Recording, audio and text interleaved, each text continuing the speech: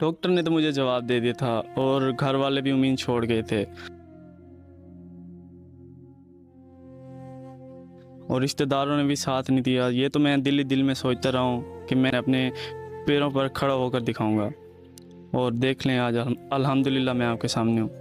नाजरीन, ये बड़े ही अफसोस का मकाम है कि जब ये लड़का स्ट्रगल कर रहा था और डॉक्टर ने इसको जवाब दे दिया था, तब इसकी फैमिली, इसके अहल खाना, रिश्तेदार सभी ये सोच रहे थे कि ये इसका एंड है। लेकिन मैं इसको अप्रिशिएट करना चाहूँगा कि इस लड़के ने बड़ा ही हिम्मत का मुजाहरा किया है कि आज ये अपने पाँव पे खड़ा है। क्या जहन में क्या चल रहा था और क्या सोच के आपने ये सारा कुछ प्लान किया?